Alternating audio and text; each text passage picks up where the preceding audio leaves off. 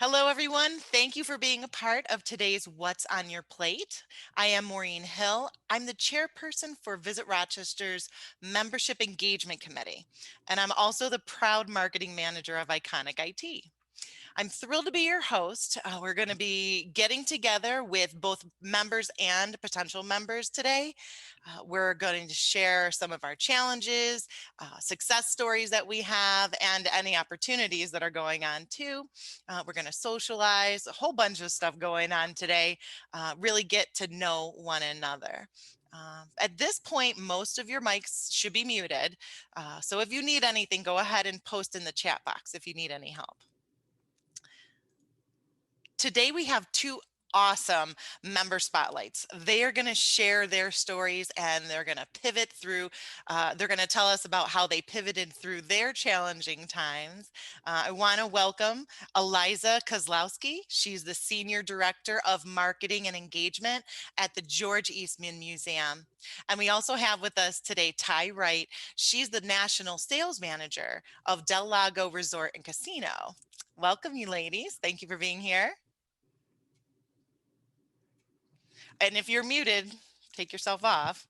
Thanks for having us. I'm so excited. Perfect. You're welcome. I'm glad to see you guys.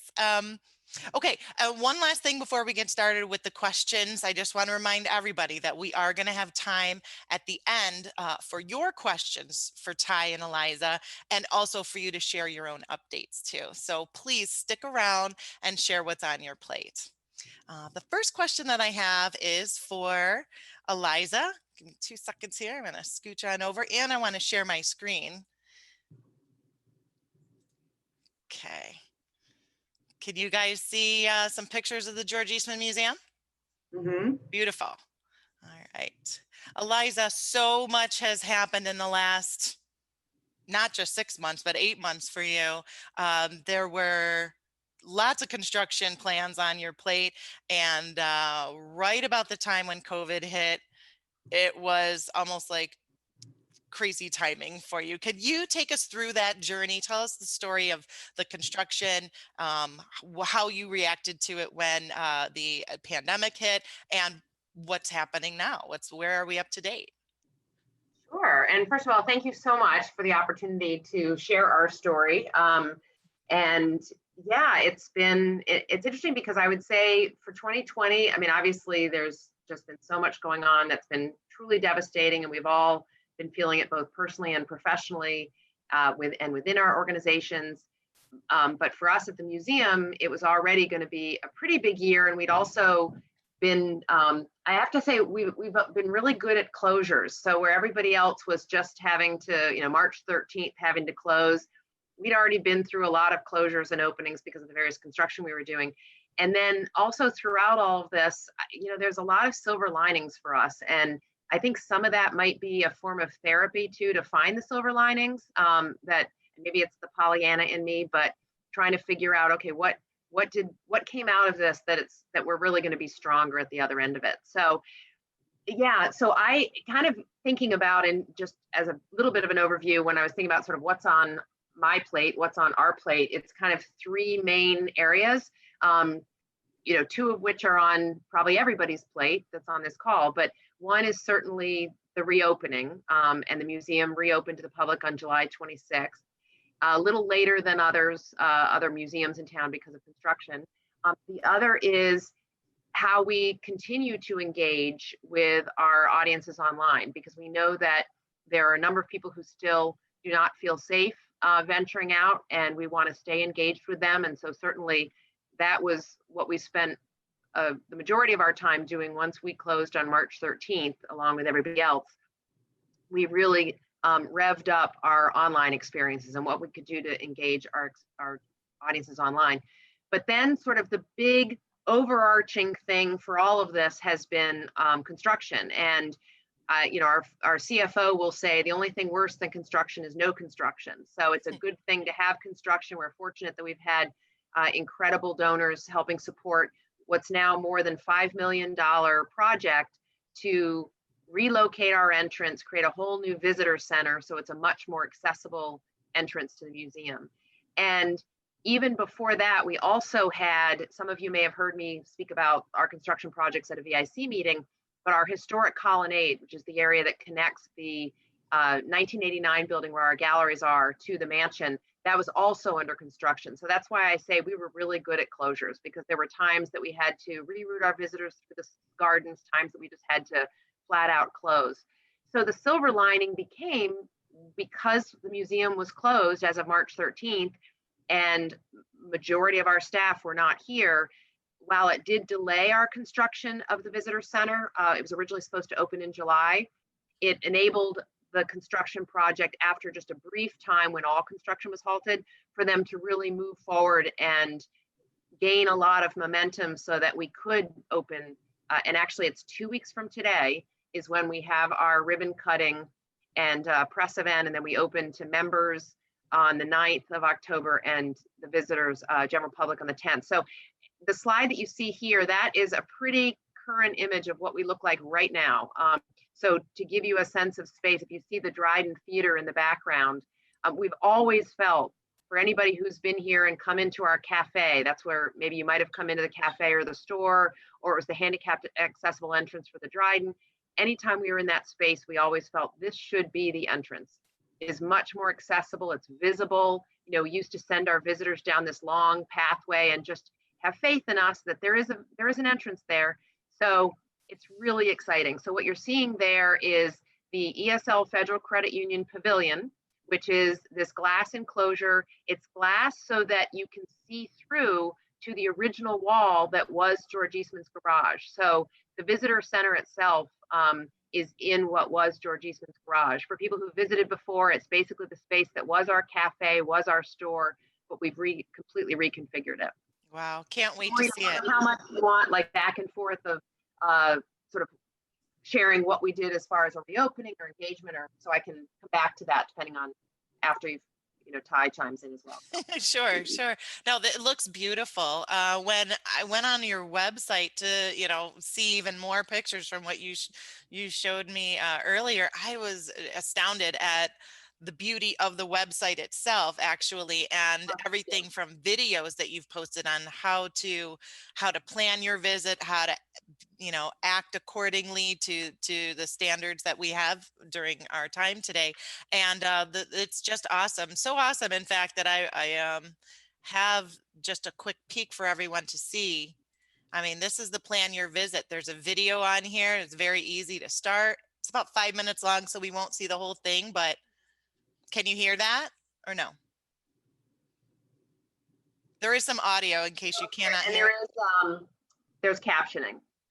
Okay. And so it's basically a video. Because of the construction, we felt it was important to show visitors how they would go once they got on site on the campus. Also, new to us is doing, we've had online ticketing, but we're requiring online ticketing in order to have as much of a contactless event or contactless experience as possible for the safety, not only of our guests, but of our staff as well. And then, of course, the safety protocols that we've all come in contact with. But so the interesting thing with all of this, as you mentioned, the pivoting, Maureen, is to have all of this happening, the reopening, and then continuing where everybody's got sort of a hybrid approach now of potentially, if you're open, you have an experience on site, but then continuing to engage people online. And as I said, with all of that, also this major construction project. But it's been really exciting, and it's hard to believe we're 2 weeks away. So I look forward to when everybody can come and see it in person. And that, do you have an official opening date or a grand ribbon cutting? Yeah, so the ribbon cutting is 2 weeks from today, October 8th, but the public opening is on Saturday, October 10th. So that's when it'll first be open to the public. And if you want to go to the next slide, it does show a little bit of what's included. I know it's probably a little hard to see depending on people's screens, but if you look at the bottom of this and that pink foyer, and then right above that is the pavilion, that's the whole glass area that you're seeing to the right there. And then when you walk in, what used to be our cafe is now, and actually we've already changed the name since this map, but it's a concourse. And off of the concourse, we have a new shop, a new cafe. If anybody had been at what was our Curtis Theater for a meeting or an event, that's now this brand new lecture and meeting hall that has many more capabilities as far as showing films, but we've opened up the windows it was originally George Eastman's barn for his horses. And so we had these windows that brought light in for the horse stalls. So those are now open. So now it's a brightly lit space. And then the other thing that I'm most excited about, if you look at the very top and in pink, it says Palm House. That's what was a greenhouse area for George Eastman. It was just a pass through when you would go from the galleries to the mansion. It's now going to be additional seating for the cafe. So people will be able to sit in the Palm House and see out to the gardens. Sounds like a fantastic full day you're going to get there then, huh? Beautiful. Yeah. All right, Ty, you're up. Hi, so Hi. excited to be here and to Aw. be able to be open and talk about the Lago again. So are we. I drove by the other day. I happened to be in Rose. And oh my gosh, I saw the cars and I started like, I had to keep my hands on the wheel. I wanted to clap. I was so happy. So that's awesome. When was your official first day? Our first day back was Wednesday, September 9th. We opened at 2:00 p.m. and the 9th was the first day we were able to open. Good for you. So we're so excited, as you can tell. Can you tell us what's been on a lot of our minds is how are you handling new regulations and how people are playing with chips and cards and slot machines and all that fun stuff? Yeah, New York State was very generous and they gave us very detailed guidelines of how we could reopen. So we're at a reduced 25% occupancy, which is about 1,700 guests on the floor. We're very big on social distancing, so a lot of our slot machines have been turned off, so you can't sit next to other people. But we do have some plexiglass barriers set up in between the slot machines. And then tomorrow, actually, our table games are starting to reopen. So we've been installing about $80,000 worth of plexiglass here on the casino floor to separate the dealers from the players, eliminating player seats, and just anything that's touched by a guest, like a chip or any cash or anything like that, it's going back and being completely sanitized before it's recirculated on the floor. That's amazing. Yeah, It's a lot of work. It was a lot of work. A lot of thought went into this by our team and our facilities, especially, and just making sure. We've even ordered a new app so we can constantly monitor how often those sanitation procedures are being done to make sure they're being done when we say they're being done too. You have a video to share with us too. Let me pull it up here. Forgive me my rawness. Where did it go? Uh-oh, that's not right.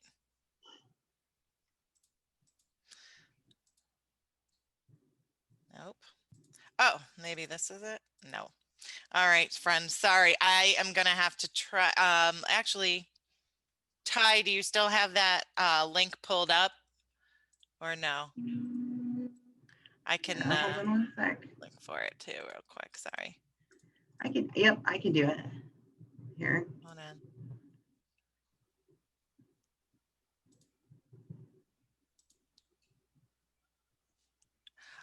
Oh, I know. It was a download. It's coming up.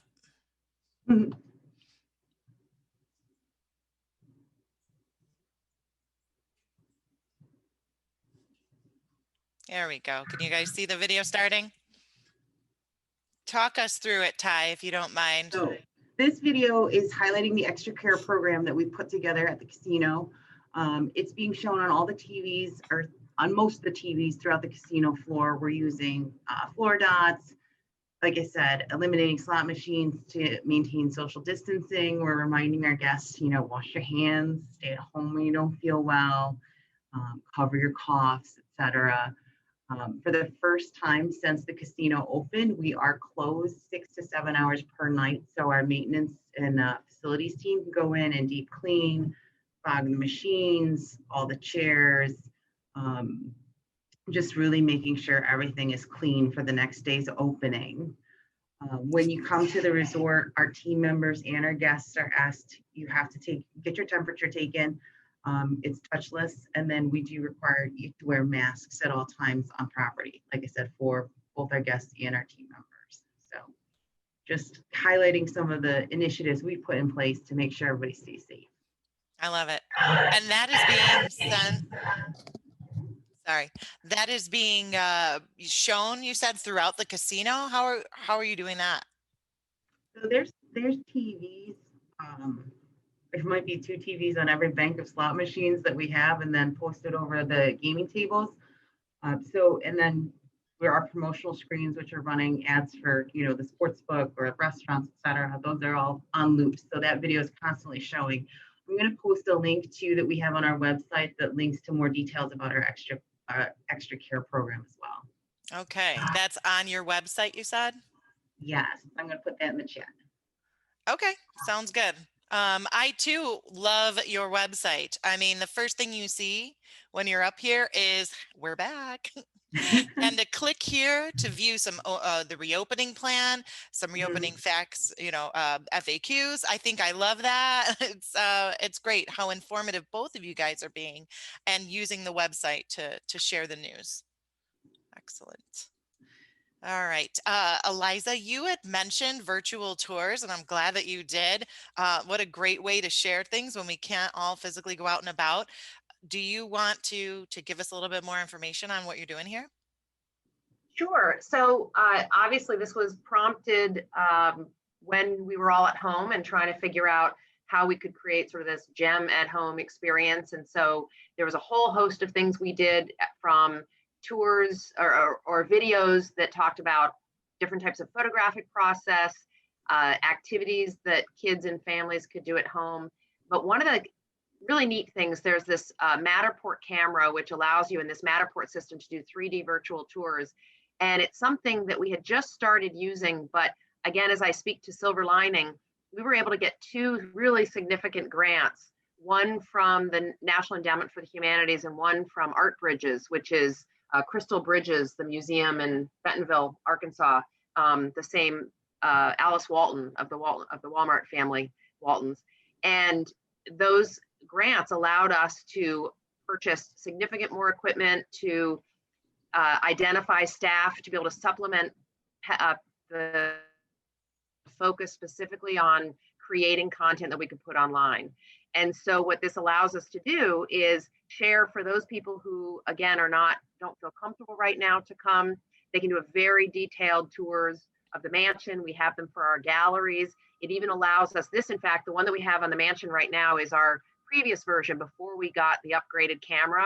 And we're in the process of doing one so that in each room you'll have all these hot buttons you can hit and learn more about specific artwork or furniture or other little stories that you might hear a docent share if you were coming in person. And I know in the past we had talked about, does this then replace the in-person visit? But we know from research that's been done that when people do a virtual tour, it has the opposite effect. It actually excites them about coming. But also we recognize that there's a lot of people from outside of New York State who aren't safely allowed to travel to New York State right now. So it allows us to reach those audiences too. And with all our virtual programs, we're now, as I said, sort of a hybrid where we are open to the public to come and visit. However, we're continuing to do any of our lectures and artist panels and curator talks are all offered online through the end of this year. And the really, because we don't want to do anything that would encourage people to gather in larger groups, because that would be unsafe. But what we found is that my favorite is a curator talk that our technology curator did about Kodak cameras that probably would have drawn maybe 20 to 30 people in the gallery on a Friday afternoon, drew 432 people from around the world. And so we're continuing to see that we're reaching much bigger audiences. And another offshoot that's been exciting is we've actually now created a virtual membership. So people can join the museum who don't live in Rochester or who don't feel comfortable coming right now and can access some additional online content. And these are all the kinds of things that we had talked about as, wouldn't this be nice to do? And this has now given us that opportunity to get funding and to be able to really put them into place. So innovative. I love it. It's a great way to not Brainstorming, only, yeah. Go ahead, the I was brainstorming. just going to say, there's no end to the ideas. Now it's like we just brainstorm constantly about what kind of experiences and what tools. That's the thing too. There's just such amazing tools out there that allow you to capture content. So we're getting to be really good at as far as videographers, and it's really just so exciting. That is awesome. That is the biggest silver lining for me as well, is the creativity that's come out of it. Things we never would have thought of before all of this happening, and the success stories are great. All Exactly. right. Staying at Del Lago is a treat. Ty, I loved doing it. I was able to last summer. Loved it. Can you tell the rest of us about staying at the resort? What's open? Can we enjoy these awesome rooms and even more awesome beds? I mean, the coziest bed. We still talk about it, my husband and I at home. Love it. We have gotten emails asking what kind of mattresses we use in our bedrooms, so we can provide that information. Please. Our hotel is actually opening up on Sunday for the general public. We have not been able to open yet, but Sunday night is the first night we'll be open for reservations. We are opening only a couple of floors to begin with, and then we'll see how the response is with guests who want to come stay with us still. Obvious safety measures that we're taking, we're leaving the rooms vacant for at least 24 hours in between guests. Deep cleaning, fogging, etc. All the extra care standards that we have for the floor, we have a whole nother set for our hotel rooms as well. So we're gonna make sure they're clean and still with the service that you've come to expect from Del Lago. We have limited dining options, but Social, the hotel restaurant, will be open starting tomorrow night for dinner. Things have just kind of we've been going as quickly as we can, but things keep getting pushed due to just different processes, or just, you have to adjust with how things roll, bringing back employees, opening things that haven't been open for a while, etc. Yeah. Yeah. The transition is something that has to happen, but it takes time. Because you are limiting the space for now, the floors, and keeping rooms unoccupied 24 hours in between, which is, I think, such a smart idea. What does that mean for prices? And if people wanted to come and stay, is that affecting things? Weekends are always our high demand here. Because we usually have a lot of our VIPs that like to come and gamble on the weekends. But I'll tell you, our weekday rates are always pretty attractive. I mean, I tell people all the time, you can come here on a Sunday to a Thursday, you're going to get a really good deal for the quality of room that you're going to get in the service.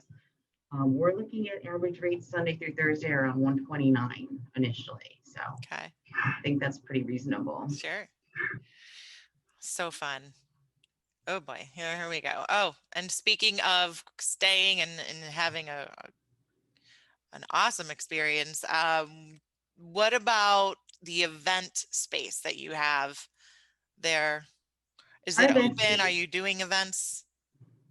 we are doing events up to the maximum amount of people that New York State will let us have. Um, Quite frankly, most people aren't having meetings or events right now.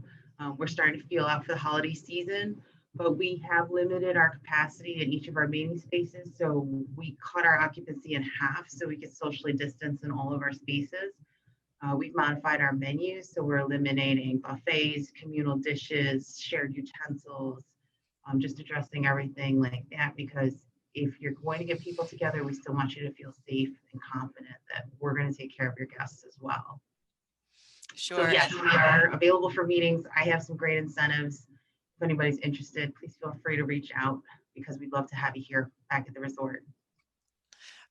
I can't wait. We have talked about Christmas parties at Iconic IT for a couple of years now, saying when we get big enough, let's do Del Lago. And I think that it will be a great conversation for us to have this year, now that we've done some growing. Eliza, your space is equally as gorgeous, but with some absolutely unique venue space. Do you want to tell us what's going on right now, and if you're holding events, open to events? Sure.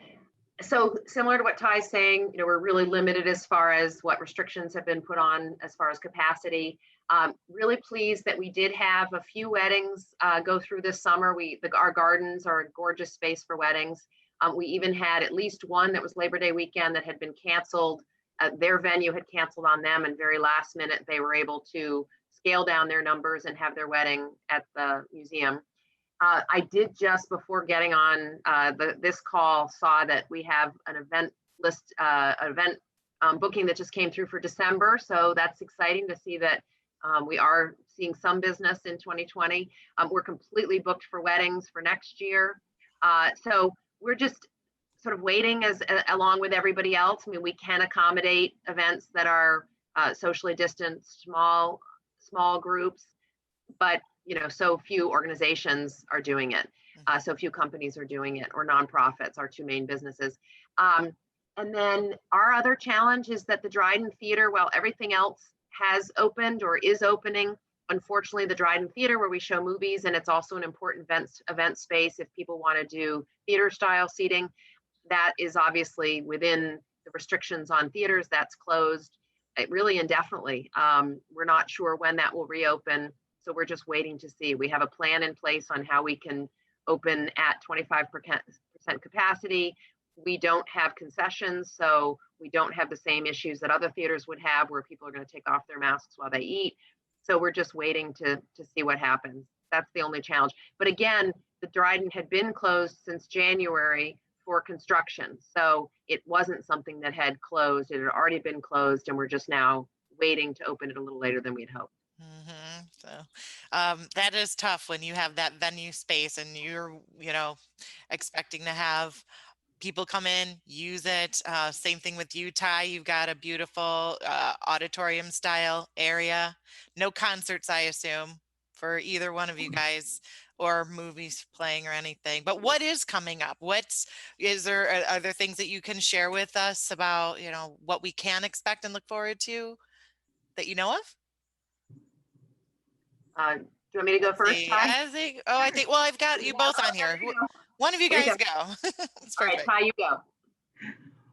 Well, I know myself and a bunch of people that I know and love are really excited about all the sports that are going on right now. So we're thrilled that we can open back up DraftKings Sportsbook. You can bet in there. You can't eat and drink in there, but we still have about 1,000 square feet of LED screens, so you can watch hockey, basketball, baseball, football. All of that is showing, and it's just still a great amenity to have for our guests.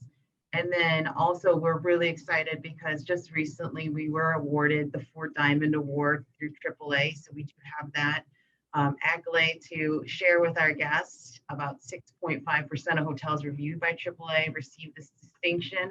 So we're really pleased, and it speaks a lot to our team members and the service that we're offering. So that's the really bright news that we're really excited about. And we're just so excited about opening the hotel up and slowly opening more of our amenities. Awesome. Congratulations on that 4 Diamond. You definitely deserve it. Eliza, what about you? Anything that you can share with us that you know is happening? Sure, and congratulations as well, Ty. That's very exciting. Very exciting for the region. So obviously, our biggest excitement is the opening of the visitor center. And to add, as far as the conversation about venues and spaces that are available for rental, that at least there's areas of that will be new product that we can provide to clients. So we hope that will stir some interest. We were fortunate too that when we reopened with 3 brand new exhibitions. So one is called Gathering Clouds, which is sort of the challenges of photographing clouds throughout the history of photography, but it's turned out to be a really beautiful contemplative exhibit where people just love to go and get sort of lost in these photos of clouds, which I think we can all use right now. Then work by James Welling, who's a photographer who has captured dancers, architecture, and landscape, and sort of done an overlay, and they're these beautiful, bright, brilliant, large photos. So that feels very positive. And then with the anniversary of the 100th anniversary of the 19th Amendment, we have our History of Photography exhibition, focuses on really women's rights and how women were portrayed, and feminist movement, how that's been portrayed through photography through the years. Oh, thank you. Look at you, Maureen. I'm trying. See, look at that cloud. You just stand and stare at that forever, and it's just a nice break. But the other thing that I wanted to share that we're really excited about, and we're hearing from people that they're so happy that there's going to be some sense of normalcy, is Sweet Creations, our gingerbread displays. We are doing them this year. So on November 6th, we're going to have, it'll be a smaller show. Usually we have about 70 or so gingerbread creations. We're going to have about 45, and they'll be spaced out so that it's going to be safe for visitors. But so that, and then the wreaths and the trees, the tabletop trees. So where Rock Holiday Village has been canceled, we're just thrilled that we're going to have something for families to do November and December, and where we can gather safely over the holidays. So that's our big news. And for that, we're going to be doing timed ticketing so that we can really control the crowds, so that we can make people feel as safe as possible. Perfect. That was going to be my question. How are you controlling the visitors that are coming? I go every year and bring my kids to see those gingerbread houses. Love doing it. Is there going to be virtual? Are there going to be virtual tours of the gingerbread houses? Yep. So we're also, in fact, all of the bidding. So, since you've come before, for the wreaths, the trees, and the gingerbread creations, it's a good fundraiser for us, where people can bid as part of a silent auction. So we're going to do that, all of that online, and then using our Matterport system, we're going to be doing a virtual tour where you're going to be able to see all the gingerbread creations virtually if you're not able to come or don't feel safe coming. Love it. Very cool. I'll bet you that you get record high bids this year, putting it up online like that. I think that's what we've seen with other auctions that have gone online. They've experienced that. The challenge will be making sure people know when they're looking that they need to be in Rochester to come and get it, that they can't buy it from some other state and expect us to ship it to them. But that's a good point. It's all about the messaging. So. Yeah.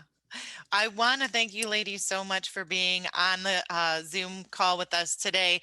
And before we open it up and let anyone who's on the call also ask a few questions from you, I just wanted to share your contact information. So hopefully you see on my screen names, emails, websites, as well as my name and email, telephone number there too. Greg LaDuca is the Visit Rochester king of membership and relationship building. So if you are a potential member and have some questions for him about it, or if you wanted to ask him a question as a member and needed more, we welcome you to reach out.